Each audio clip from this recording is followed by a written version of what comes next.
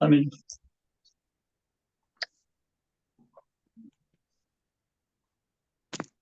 so this week we're on to contents of the Gita summarized. This is the second chapter.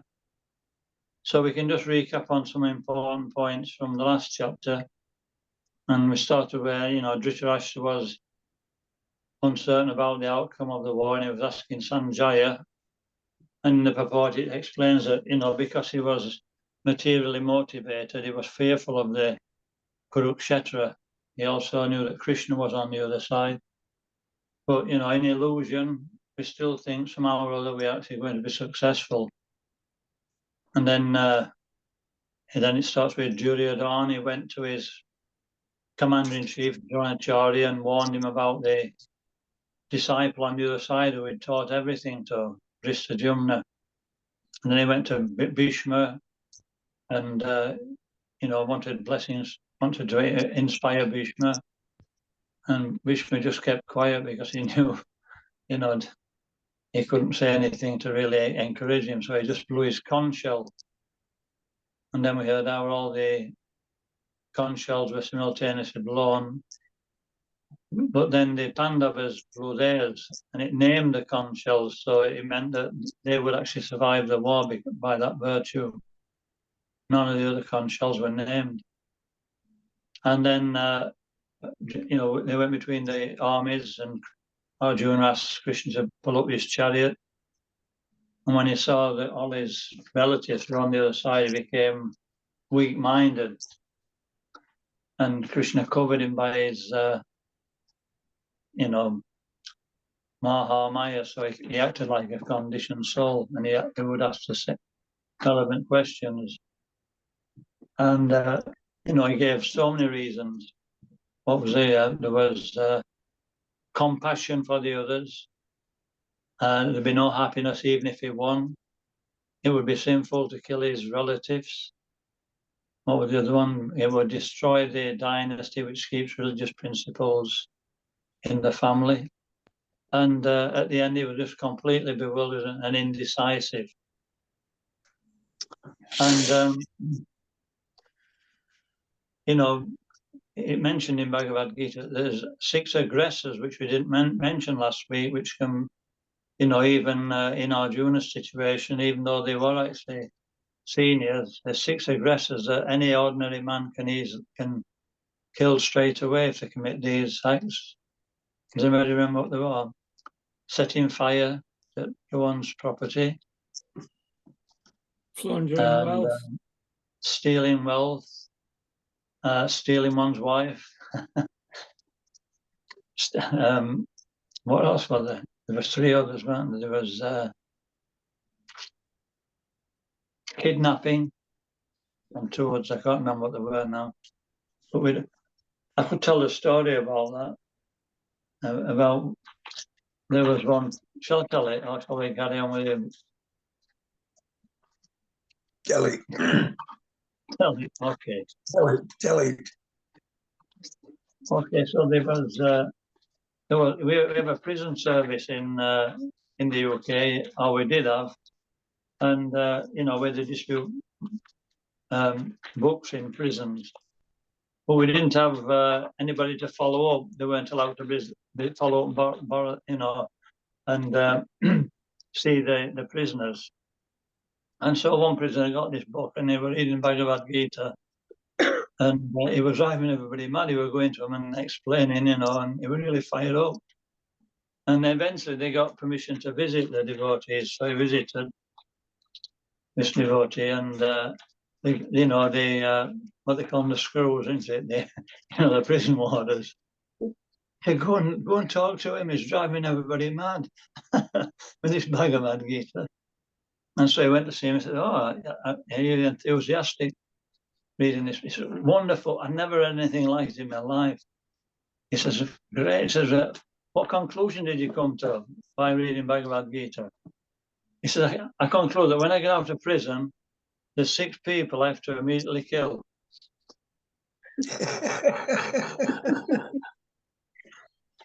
So I think he must have been talking about these 6, But, everybody reads it through their own, prism. he'll read it that way, somebody else will read it another way. That's why we need to have it explained by, an authority, a spiritual master. Okay, so he gave those reasons, and then eventually wound up at the end of the chapter where Arjuna put down his bow and his mind depressed, it says. And so then this beckons the answers of Krishna. And give a quick overrun of second chapter so we know what we're talking about.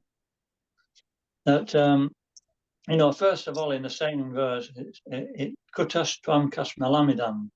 It says that Sri Bhagavan Uvacha, it starts with. So this is the first time Bhagavan is mentioned. So the whole purport gives all reasoning and scriptural evidence to prove that, Krishna is Bhagavan, because that's the subject matter. He's speaking, so we need to know the credentials of the speaker. So they established Krishna as Bhagavan in the second verse. And then Arjuna gives so many other reasons why he can't fight, and then eventually, he's just completely bewildered. And so he says, Karpanyado Shobhava. He says, now I'm your disciple. He says, I can find no way to, relieve myself of this grief.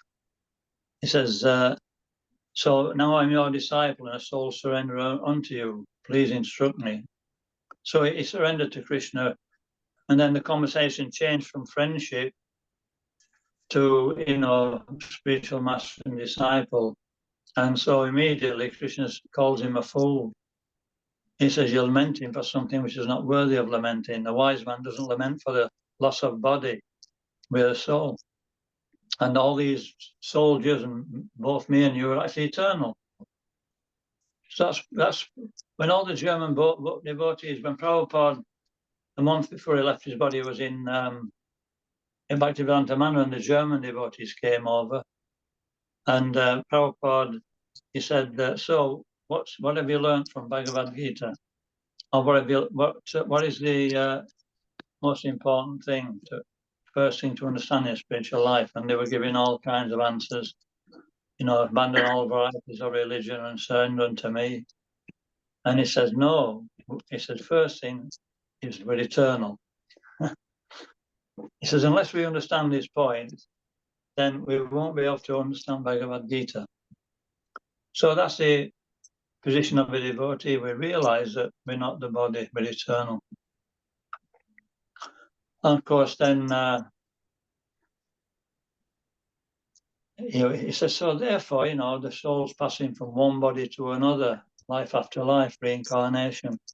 And therefore, in this world, we have to tolerate the pushings and pullings and difficulties we get into and focus on our spiritual life. These things will come and go. And if one's able to do that, then he's actually a candidate for liberation. So, and then for the next section, it's from, I think it's about verse 16 to 30. It's describing the qualities of soul. And at the conclusion of that section, it says, whether you're an atheist, whether you think there's no soul, he says, or whether you think we have a soul, we are the soul, he says, both have no need to lament, because if we just matter, it doesn't really matter. You know what I mean? We're just a pile of dust anyway, and we just go back to dust. So what's the problem? He says, if we know that we're the soul, then we know we're eternal. So, nobody can kill us anyway. So Krishna uses that logic. And then, so that's what they call karma kanda. It's actually the philosophy of the soul. And then, so that, overcomes the point about compassion, that he's being compassionate for the body only, so it doesn't work that way. And then the next section from 31 to 39, it talks about just do your duty as a Kshatriya. If you lose, you'll go to the heavenly planets. If you win, you'll gain the heavenly kingdom. If you don't do it, then that for a Kshatriya, that's sinful. So he defeats that argument about sinfulness. And he said, and for a Kshatriya to fight, and either go to heaven or rule the earthly kingdom, he says that will bring him happiness. So, already Krishna's defeated 3 arguments. And so the others will be defeated in due course. And I'll not go much further than that. We'll unfold it as it goes along. But then it starts to talk about, from 39 onwards, about Buddhi Yoga, not just Karma Kandya, like, in 30 to 39, Krishna were talking about, doing your duty. So that's like either Artha Shastra or Dharma Shastra, but Bhakti is beyond that. So now he starts talking from 39 onwards about Buddhi Yoga. Buddhi means intelligence. So we shouldn't just work blindly, just following things blindly, but we should have intelligence to differentiate between the body and the soul, and perform activities which are beneficial for the soul and its ongoing progress. And it says that in this part that the Vedas deal with many, many things. It says, but what is it, that verse? It says that all the Vedas, the many different Vedas, are like different wells. They all have water in them for different reasons. In India, they have different wells, one for washing, one for drinking, one for, so many things. He says, but if there's a big body of water, then you don't need separate wells. It's all in one big body of water. He says, so Buddhi Yoga or Bhakti Yoga is like that. If we perform Bhakti Yoga, we don't need to actually go to all the other wells. We don't need to perform any other activity. And so then it starts talking about, how we can recognize somebody who's on the topmost platform, its qualities. It's called a stita. Stita means fixed. Muni means sage, one who's fixed in devotional service. So that's delineated right to the end of the chapter. So that's the whole Gita in a nutshell, really, that, Bhakti Yoga is the best. But anyway, we'll go through it verse by verse now.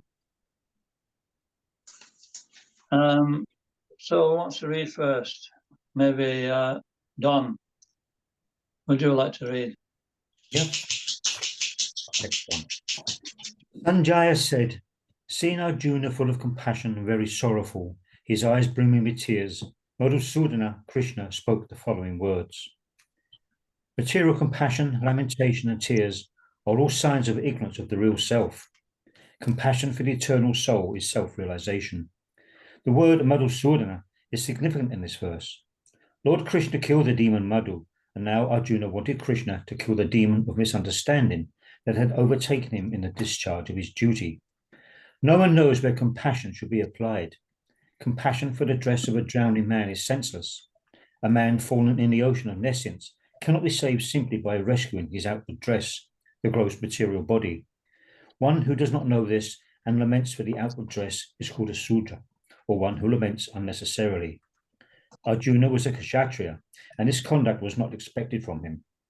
Lord Krishna, however, can dissipate the lamentation of the ignorant man, and for this purpose the Bhagavadgita was sung by him. This chapter instructs us in self-realization by an analytical study of the material body and the spirit soul, as explained by the Supreme Authority, Lord Sri Krishna. This realization is made possible by working with the fruited being situated in the fixed conception of the real self. Are we just doing the Maharaj, verses without the purport? Did you read the purport? Yes. Yeah. In the text. Just the So, yeah, read text.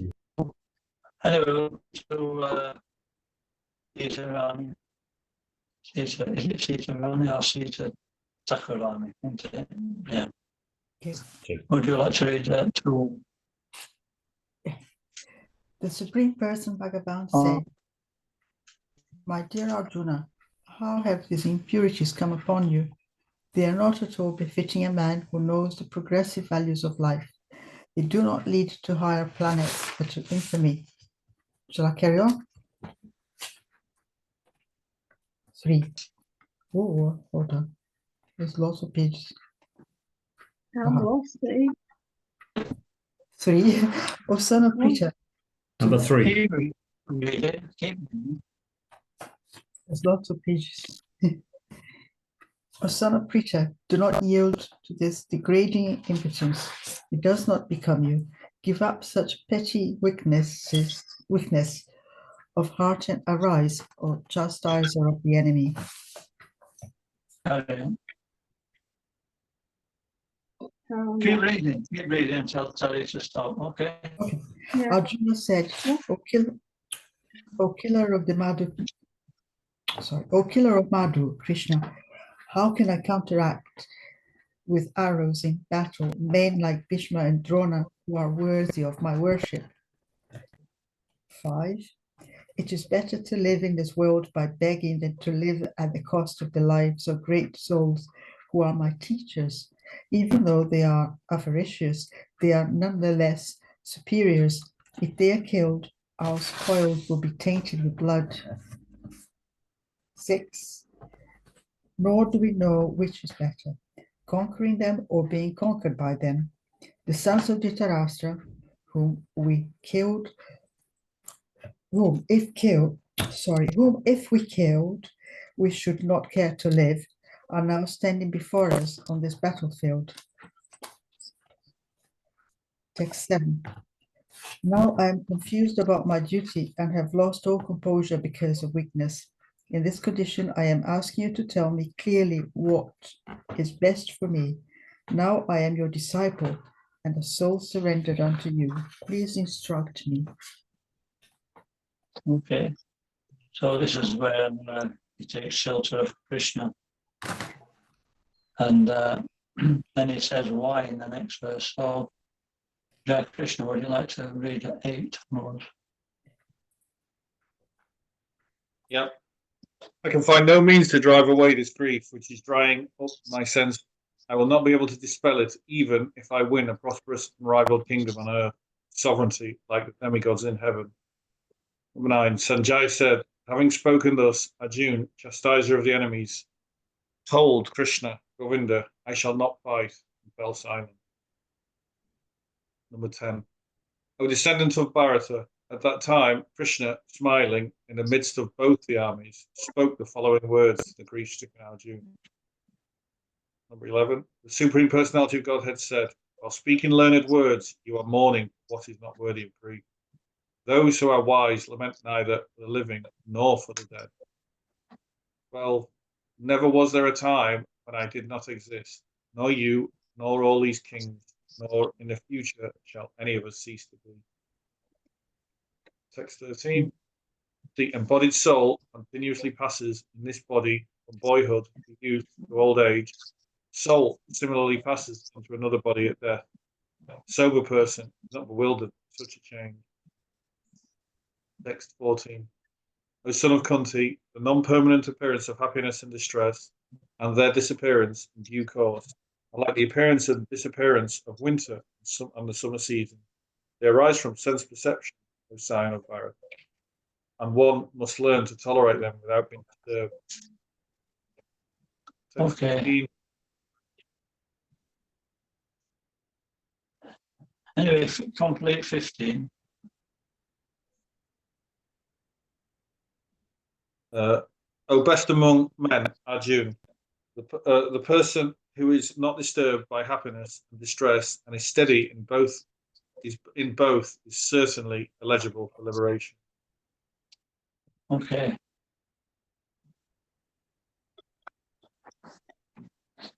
So Krishna in this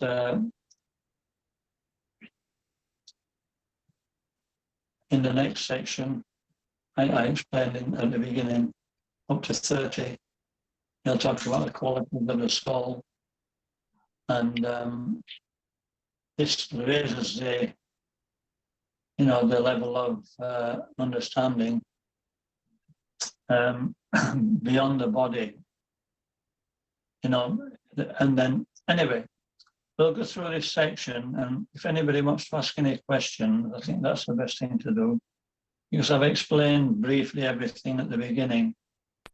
So I can explain more as we go through if devotees want to. There's so much to say, and it goes into so much depth. So it's I'm just trying to give an overview. Yes, so 16 talks about the seers of the truth. They're called Tattvadarshibhi. So this is how a person in knowledge sees the situation of the combination of the body and the soul. Arjuna is not seen like that. He's been covered by Krishna's Maya potency. So he's seen like a conditioned soul.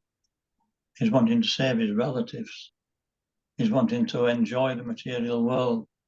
So he's using so many arguments to actually back that up.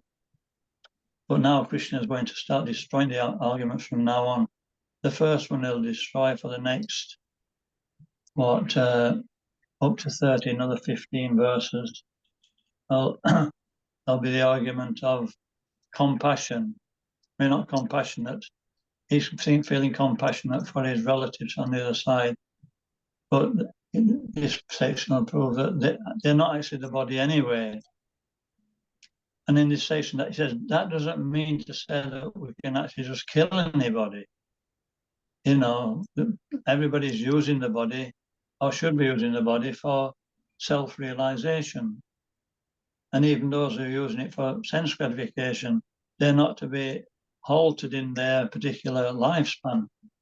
But in this particular case, you know, there's wrongdoers on the other side, and all attempts have been made to stop, you know, the fight. Krishna even went to Duryodhana, and Dhritarashtra refused. And they said that we won't give the pan. He asked for 5 villagers because they're Kshatriyas, they had to rule something.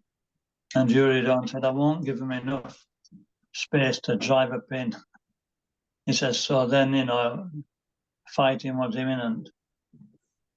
And so now we're going to hear about that we can't kill the person, actually.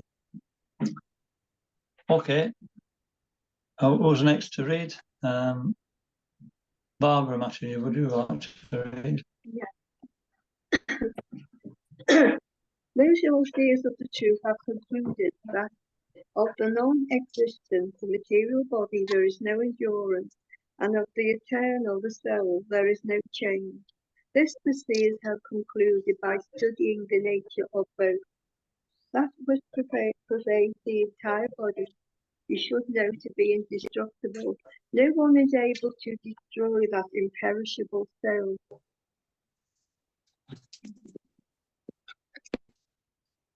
The material body of the indestructible, immeasurable, and eternal living entity is sure to come to an end. Therefore, fight, O descendants of Bharat. Neither he who thinks the living entity the slayer, nor who thinks it slain, is in knowledge. For the self-slain nor is slain. For the soul there is neither birth nor death at any time. He has not come into being, does not come into being, and will not come into being. He is unborn, eternal, ever-existent, and primeval. He is not slain when the body is slain. O Pratha, how can a person who knows that the soul is indestructible, eternal, unborn, and immutable, kill anyone or cause anyone to kill? As a person puts on new garments, giving up old ones, the soul similarly accepts new material bodies, giving up the old and useless ones. The soul can never be cut to pieces by any weapon, nor burned by fire, nor moistened by water, nor withered by the wind. The individual soul is unbreakable and insoluble, and can be neither burnt nor dried. He is everlasting, present everywhere, unchangeable, immovable, and eternally the same. It is said that the soul is invisible, inconceivable, and immutable. Knowing this, you should not grieve for the body. If, however, you think that the soul or the symptoms of life will always be born and die forever, you have no reason to lament, O mighty all. One who has taken birth is sure to die, and after death one is sure to take birth again. Therefore, in the unavoidable discharge of your duty, you should not lament. All created beings are manifest in the beginning, manifest in the interim state, and unmanifest again when annihilated. So what need is there for lamentation? Some look on the soul as amazing, some describe him as amazing, and some hear of him as amazing, while others, even after hearing about him, cannot understand him at all. Okay, thank you. Yeah. Cut off.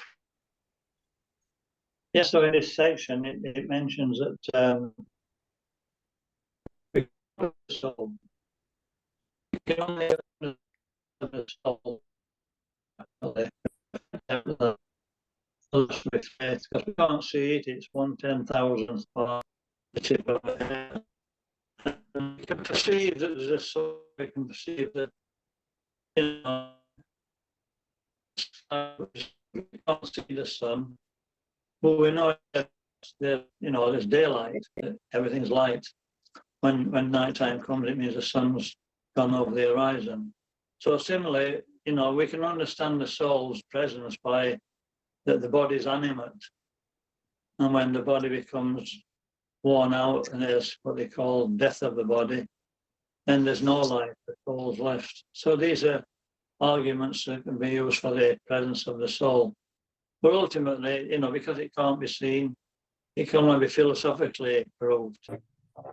And so we have to have faith. And we have the practical example of the changing body. We're not changing, the body's changing, that's all. We can remember being a little boy, a little girl, and all the stages in between. So we're the witness of change of body and change of subtle body. We're the witness of the mind, and we're the witness of the intelligence. So these are some arguments. And Prabhupada said there's even life on the sun. And when Prabhupada's asked these questions, most of the answers have come from Bhagavadgita. And he'll answer from this section and say, yeah, in Bhagavadgita 2, 18 or something like that, he said that, that there's no soul cannot be burnt by fire, so it can live on the sun.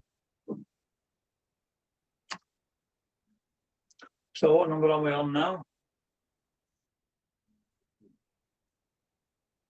30.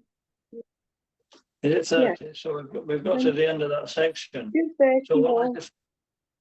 So 30 or 29 anyway. The amazing soul. No, I've read that. So yeah. So this section, I'll repeat it again. It's from 16 up to 30. Is describing the qualities of the soul, how it's eternal, and therefore, there's no need to lament about the loss of the body. Like I said before, if the body's made, if we're just in materials product, there's no loss. We're just material products. If we're the soul, then there's no death anyway. There's two classes it mentions in this section, there's two classes of philosophers. One's called Loka-Aitikas. They believe that we're just a body. So many people think like that. Most people think they're the body. And then the others are Vaibhashikas. They've got a name in the Sanskrit language, all the different classes of people. So they think that we're different from the body, But when the body dies, then whatever we are also ceases to exist. Like that. Okay, so this next section is called, that was called the philosophical the philosophical understanding of the soul, and that's just defeated compassion. And from 31 to 37, it says it's what they call, this section, the next section from 31 to 38, it's called Sakam Karma Yoga, Sakam Karma Yoga, or sometimes it's called Karma Kanda. It means we've no attraction for making any progress in spiritual life, but we agree to follow the scriptures. So, a lot of the time we're just doing it blindly, so that at least we're actually following the scriptures in order to enjoy this world. So we don't become degraded when we do that. So this section will cover that for the next 9 verses. And he's telling Arjuna to do his material duty as a Kshatriya.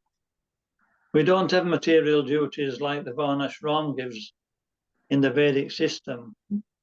There would be 8 different orders. 1 would be spiritual, 4 would be spiritual, and 4 would be material to cover a person's propensities. The material ones would be that you would be either a Shudra, a worker, a Vaishya, a merchant. What's the next one? A Kshatriya, administrator and fighter. And the last one would be Brahmanical, spiritual guidance. So that's the order of material designations.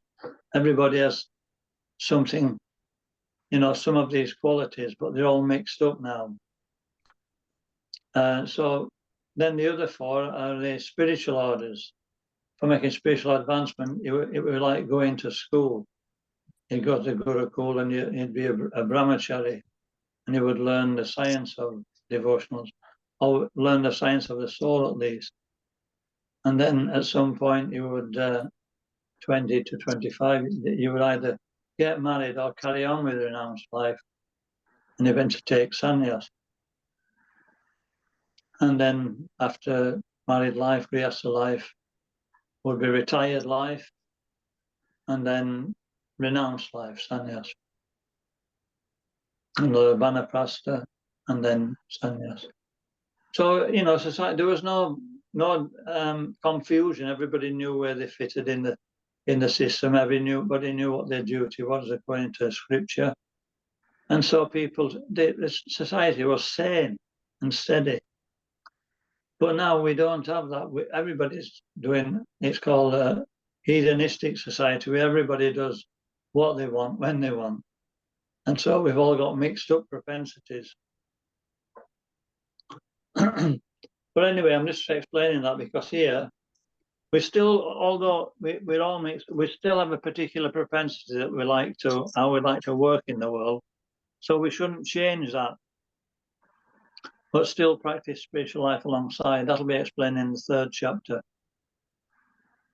So we can relate to this in that Arjuna as a Kshatriya has a particular duty, and therefore Krishna tells him you should do this duty. This is Artha Shastra or Dharma Shastra. It's not bhakti at all. It's just doing his duty according to our material conditioning. So who wants to read next? Maybe just trying to find out. That's it. Maybe I can't remember all names. Jack, that's it, Jack. Okay, Maharaj. I'm going down the order. We start from 30, yeah? O descendant of Bharat, he who dwells in the body can never be slain. Therefore, you need not grieve for any living being. 31. Considering your specific duty as a Kshatriya, you should know that there is no better arranged engagement for you than fighting on religious principles and so there is no need for hesitation. 32. O Partha, happy are the Kshatriyas to whom such fighting opportunities come unsought, opening for them the doors of the heavenly planets. 33. If, however, you do not perform your religious duty of fighting, then you will certainly incur sins for neglecting your duties and thus lose your reputation as a fighter. 34. People will always speak of you, of your infamy, and for a respectable person, dishonor is worse than death. 35. The great generals who have highly esteemed your name and fame will think that you have left the battlefield out of fear only, and thus they will consider you insignificant. 36. Your enemies will describe you in many unkind words and scorn your ability. What could be more painful for you? 37. O son of Kunti, either you will be killed on the battlefield and attain the heavenly planets, or you will conquer and enjoy the earthly kingdom. Therefore, get up with determination and fight. Okay. What was that? 37? That was 37, yeah. Yeah, so just conclude it by reading 38. Do thou fight for the sake of fighting without considering happiness or distress, loss or gain, victory or defeat, and by so doing you shall never incur sin. Okay. So that's how we should work in this world, wherever we are. Is that we have a particular duty. It should be according to Shastra, scripture. And it won't be easy. Like that, anybody give an example of one that's still intact to some degree, one particular vow?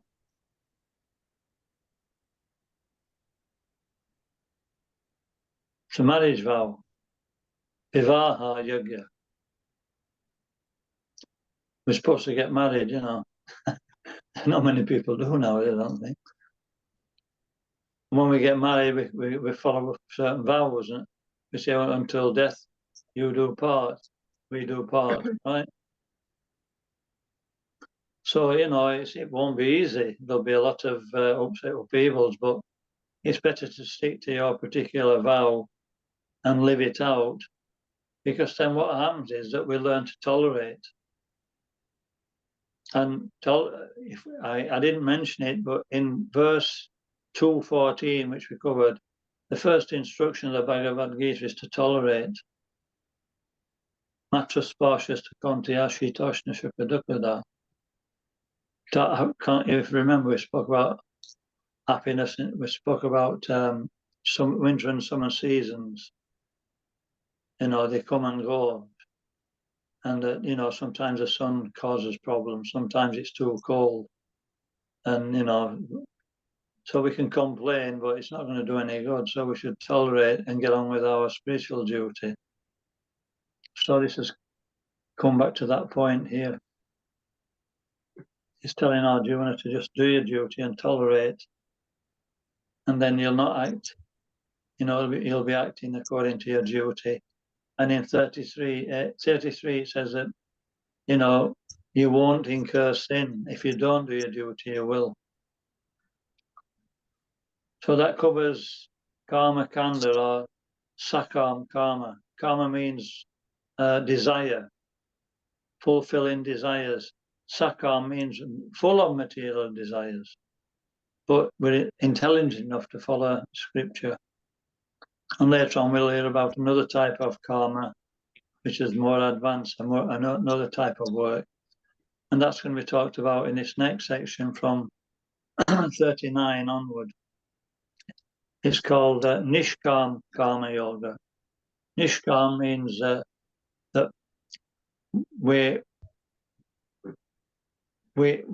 don't have any, what's the word? We don't have any personal desire. We have a higher spiritual understanding, and we know that material desires and enjoyment brings suffering. So we've advanced now from sakam, which means we're full of material desires. So now we do our duty without desiring the results. So it'll talk about this in that section. And what else was it? Without the results, but we're conditioned to a particular type of work, and so we work in a certain way.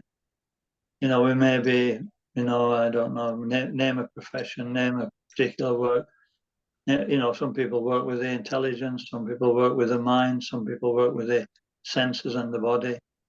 So, a person who works with his hands, he probably won't be any much good at intellectual pursuits. So it's better that he sticks to his duty and with detachment. Okay. So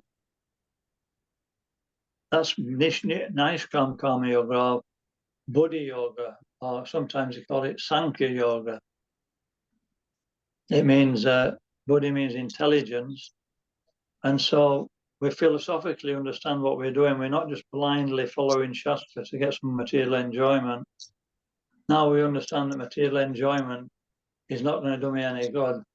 So with that understanding, we renounce the results of our work. We do them for a higher cause. Yeah.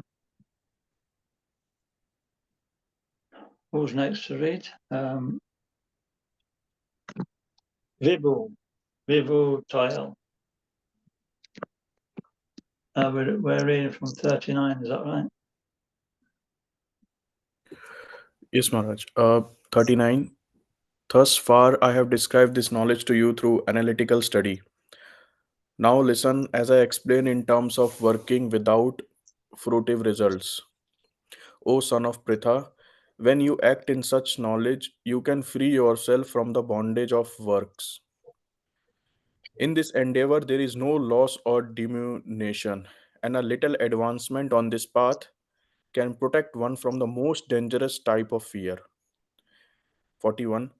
Those who are on this path and resolute in purpose, and their aim is one.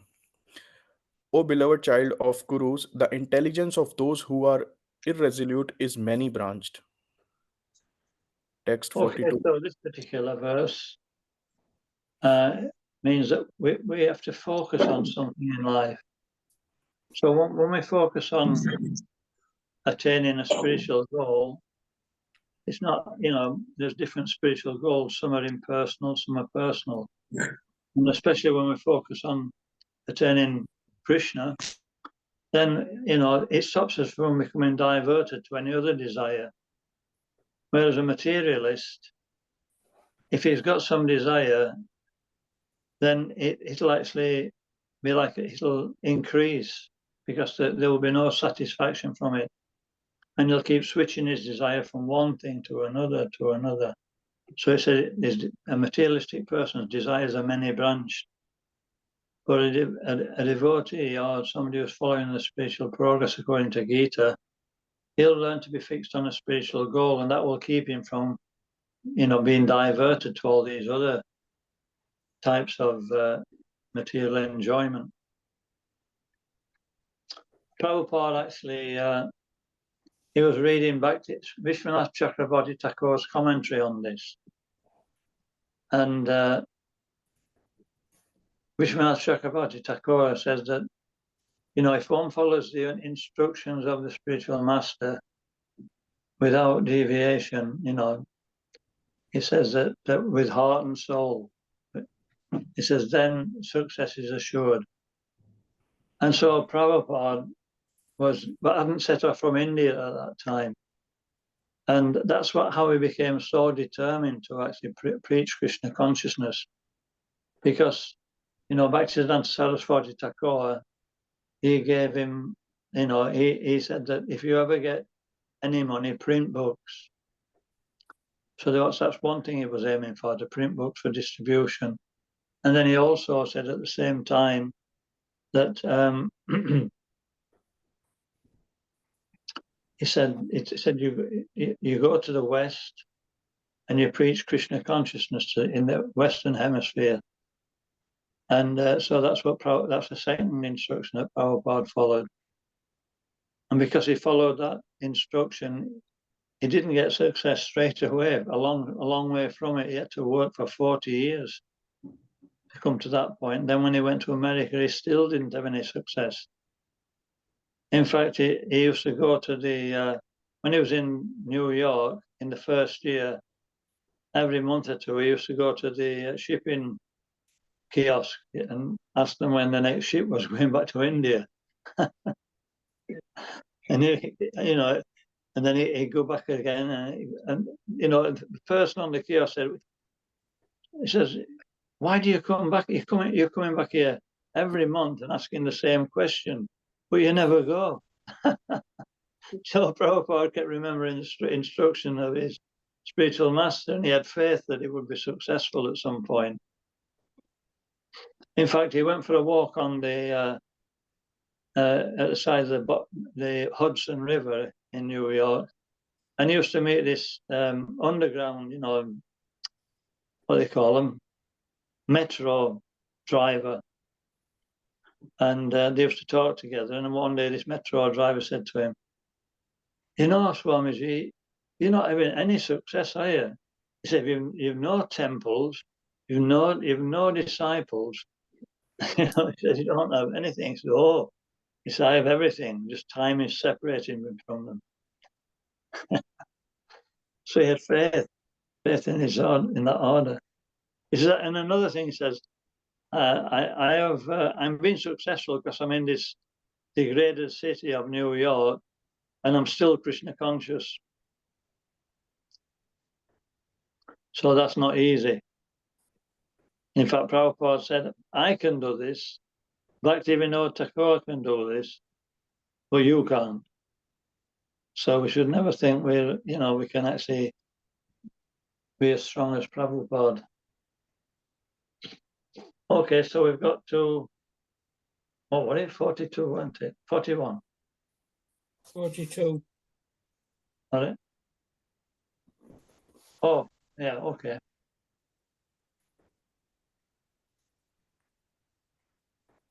Carry on. Okay. What was it now? It was Vijay, wasn't it? Vibhu, I mean. Yes, Maharaj. Text 42 and 43. Men of small knowledge are very much attached to the flowery words of the Vedas, which recommend various fruitive activities for elevation to heavenly planets, resultant good birth, power, and so forth. Being desirous of sense gratification and opulent life, they say that there is nothing more than this. 44. In the minds of those who are too attached to sense enjoyment and material opulence, and who are bewildered by such things, the resolute determination for devotional service to the Supreme Lord does not take place. 45. The Vedas deal mainly with the subject of three modes of material nature. O Arjuna, become transcendental to these three modes. Be free from all dualities and from all anxieties of for gain and safety, and be established in the self.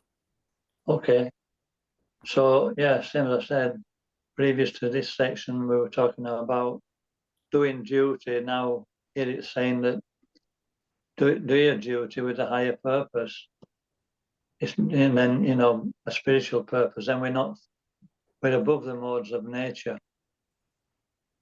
Because when we're in the mode of nature, we're in duality. We're happiness, distress, so many anxieties. But when we work on the spiritual platform, we work on the platform of the soul. So therefore, we're actually free from anxieties. Because the soul's eternal, full of knowledge, full of bliss. Like that.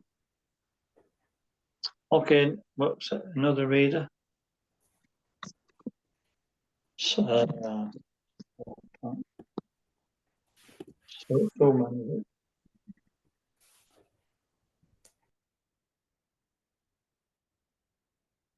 Hare Krishna Maharaj. All purpose served by a small will an act once served by a great reservoir of water. Similarly, all the purpose of the Vedas can be served to one who knows the purpose behind them. Text 47. You have a right to perform your prescribed duty, but you are not entitled to the fruits of actions. Never consider yourself the cause of the results of your activities, and never be attached to not doing your duty. Text 48. Perform your duty inquisitive. Sorry.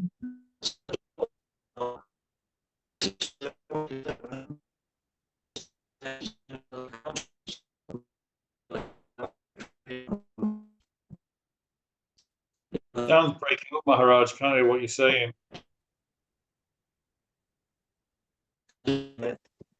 Well, just carry on then.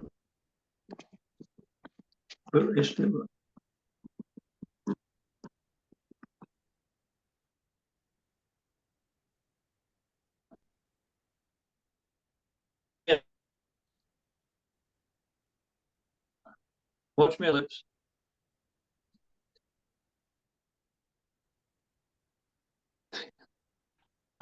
Can you hear me? I can hear you now, yeah. Yeah, a bit tuning.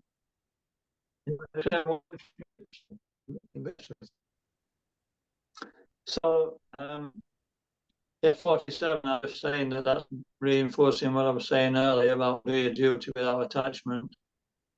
And don't know that the results are from Krishna constant. It's not that we get the results, it's when Krishna is satisfied.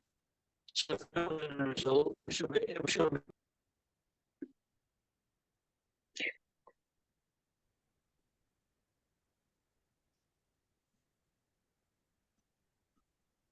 I think he's just gone. I'll be back in a second, I think.